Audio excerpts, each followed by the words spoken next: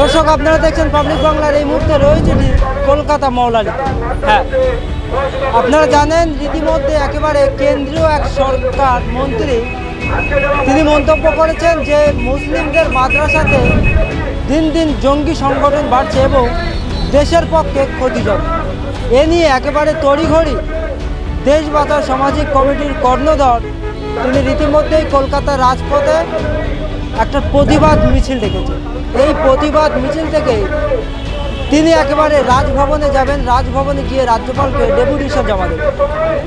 প্রশ্ন করছে গোটা বাংলার মানুষ যে এই আমাদের এপার বাংলাতে দেখে দেখে আজকে মুসলিম সম্প্রদায়ের মানুষ তারা পড়ছে বিপদের মুখে, কিন্তু এ রাজ্যের মুখ্যমন্ত্রী তার কোনো বিরোধিতা করছে না। আর ইতিমধ্যে রয়েছেন আমার সাথে মানবাধিকার কর্মী এবং দেশ বাঁচাও সামাজিক কমিটির কর্ণধর হোসেন গাজী মহাশয়। তিনি কি বলছেন শুনবো। দাদা, কি বলবেন? ইতিমধ্যেই সোশ্যাল মিডিয়ায় তোলপাড় যে কেন্দ্রীয় সরকার বান্দি সঞ্জয় কুমার তিনি মুসলিম বিরোধী একটা কথা বলেছেন এবং আজকের কলকাতার রাজপথ থেকে আপনারা যে প্রতিবাদ সব মিছিল করলেন, মূলত আজকে আপনারা রাজ্যপালের কাছে ডেপুটেশন জমা দেবেন, কি বার্তা পেলেন জানাবেন? আমরা রাজ্যপালের কাছে ডেপুটেশন দিতে গেছি। রাজ্যপাল যদিও ছিলেন না, তারা ডেপুটি সেক্রেটারি ছিলেন, তিনি সুমন পাল, তিনি আমাদের কপিটা নিয়েছেন এবং দুঃখ প্রকাশ করেছেন। বলেছেন যে এটা বলা উচিত হয়নি, বলা ঠিক হয়নি। যে কোনো মন্ত্রী হোক, তিনি যে কথাগুলো বলে মানুষের মধ্যে হিংসা তৈরি করছেন, এটা বলা উচিত নয়। আমরা মানুষ, মানবতার খাতিরে সবাই সমান, এটা ঠিক কথা উনি বলেননি। আমরা দাবি করেছি মাদ্রাসাকে যেমন সন্ত্রাসবাদী বলছে, জঙ্গির ঘাঁটি বলেছে, এটা যেমন ভুল করেছে, এর বিরুদ্ধে স্টেপ নেওয়ার জন্য আমাদের তালিকা দিতে বলেছেন।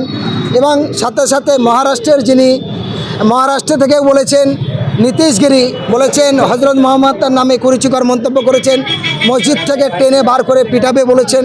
সে বিষয়ে বললাম, উনি বলেছেন আমরা এটা রাজ্যপালের মাধ্যমে কেন্দ্রের কাছে পাঠাবো এবং আপনারাও সমস্ত সংগঠন ঐক্যবদ্ধভাবে আন্দোলনের জায়গায় থাকেন এবং সঠিকভাবে লিখিতভাবে দিন। আমরা তার সাথে আরও দাবি করেছি, যেমন বন্দিমুক্তি কমিটি, দেশ বাঁচাও সামাজিক কমিটি, সংগ্রামী আদিবাসী মঞ্চ, বঙ্গীয় মাইনরিটি মঞ্চ, আমরা দাবি করেছি RSS দিকে দিকে বিজেপি যৌথভাবে তারা ধর্মীয় এবং রাজনৈতিক দুটোই হিংসা করে হিন্দুত্ব রাষ্ট্র নাম করে হিন্দুদের খুন করে দিচ্ছে। মুসলমান মারছে তো দূরের কথা, আদিবাসী বোন ধর্ষণ হচ্ছে, তার ইনসাফ নেই, তার নিয়ে বিচার নেই, তার নিয়ে বিজেপি নেতাদের কোনো আন্দোলন নেই, শুভেন্দু অধিকারীর আন্দোলন নেই।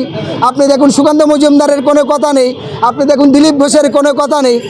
বিশ্বজিৎ মুন্ডা, তাকে পিটিয়ে মারলেন আদিবাসী, সে নিয়ে বিজেপি নীরব, RSS নীরব, অন্যান্য রাজনৈতিক দলও নীরব। ফলে আমরা রাজনীতির বাইরে সমাজনীতিকে, সমাজ ব্যবস্থাকে বাঁচানোর জন্য বিভিন্ন সংগঠন ঐক্যবদ্ধভাবে আজকে রাজ্যপালকে ডেপুটেশন দিলাম এবং সমস্ত সংগঠন ঐক্যবদ্ধ আলাপ আলোচনার মধ্যে দিয়ে আগামী পথ চলার রাস্তা ঠিক করব। আমাদের এখান থেকে খুব পরিষ্কার বক্তব্য, মানুষ সবাই সমান, আমরা হিন্দু, মুসলমান, দলিত, আদিবাসী, শিখ, ইসাই সবাই সমান। ফলে আমরা একটা জিনিস লক্ষ্য করলাম, আরজিকরের একটা বিষয়ে সারা দেশ জুড়ে যে আন্দোলন হলেও, যে আন্দোলন করেছেন এবং জুনিয়র ডাক্তার সহ অনেকে আজকের এখান থেকে ক্ষোভ প্রকাশ করে বলছি, দুঃখ প্রকাশ করে বলছি, সেই প্রতিবাদের কণ্ঠ মানুষগুলো কোথায়? কেন প্রিয়াঙ্কার জন্য আওয়াজ উঠছে না? প্রিয়াঙ্কা হাসদা আদিবাসী বলে, দলিত বলে, কেন বিশ্বজিৎ মুন্ডার জন্য আওয়াজ উঠছে না? কেন এখন জাস্টিস ফরের কথা বলা হচ্ছে না? কেন সাবির মল্লিকের কথা বলা হচ্ছে না? কেন আরিয়ান বিশ্বাসের কথা বলা হচ্ছে না? এরকম বহু মানুষ আছে, তাদের কথা বলছে না। এইটার পেছনে কি? মানে আবু সিদ্দিক হালদার, মানে কারমে কুচ কালা হয়, ওদের পেছনে নিশ্চিত বানর এমনি নাচে না, বানরের পেছনে কোনো ওস্তাদ আছে। সুতরাং RSS বিজেপির যে বড় চক্রান্ত, সেই চক্রান্তর বিরুদ্ধে আমরা বাংলার বিভিন্ন সামাজিক সংগঠন, গণসংগঠন, মানবাধিকার সংগঠন ঐক্যবদ্ধভাবে এই উগ্র সাম্প্রদায়িক বিষ, এই বিষের বিরুদ্ধে বাংলাকে বাঁচাতে হবে, ভারতকে বাঁচাতে হবে, দেশকে বাঁচাতে হবে, দেশের মানুষকে বাঁচাতে হবে। সেই জন্য করে আজকে এই কর্মসূচি নেওয়া হচ্ছে। আগামী দিনে আরও আগাবো।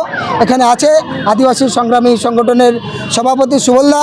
এই যে আজকে এই কলকাতার রাজপথে আপনার এক ডাকে হাজার হাজার মানুষের জমায়েত, আগামী দিনে পদক্ষেপ কী নিচ্ছে? দেখুন, আগামী দিনে পদক্ষেপ ক্যান্সারের থেকে ভয়ঙ্কর রোগ হলো রাজনৈতিক হিংসা এবং ধর্মীয় হিংসা। ক্যান্সারের তবু ট্রিটমেন্ট করা যায়, কেউ ভেলুরে যায়, কেউ বিভিন্ন ডাক্তারের কাছে যাচ্ছে, কিন্তু হিংসার এমন একটা রোগ, এর কোনো ওষুধ নেই। আর সেই হিংসা ছড়াচ্ছে আরএসএস বিজেপি, সেই হিংসা ছড়াচ্ছে অন্য রাজনৈতিক দলেরা, তারা ক্ষমতা পাওয়ার জন্য। কিন্তু এখানে কোনো ক্ষমতার ব্যাপার নেই, ব্যাপার একটা, মানুষকে বাঁচাতে হবে, দেশকে বাঁচাতে হবে, দেশের সম্প্রীতিকে রক্ষা করতে হবে, দেশের সংবিধানের গণতান্ত্রিক অধিকারকে রক্ষা করতে হবে, তার জন্যই এই আন্দোলন।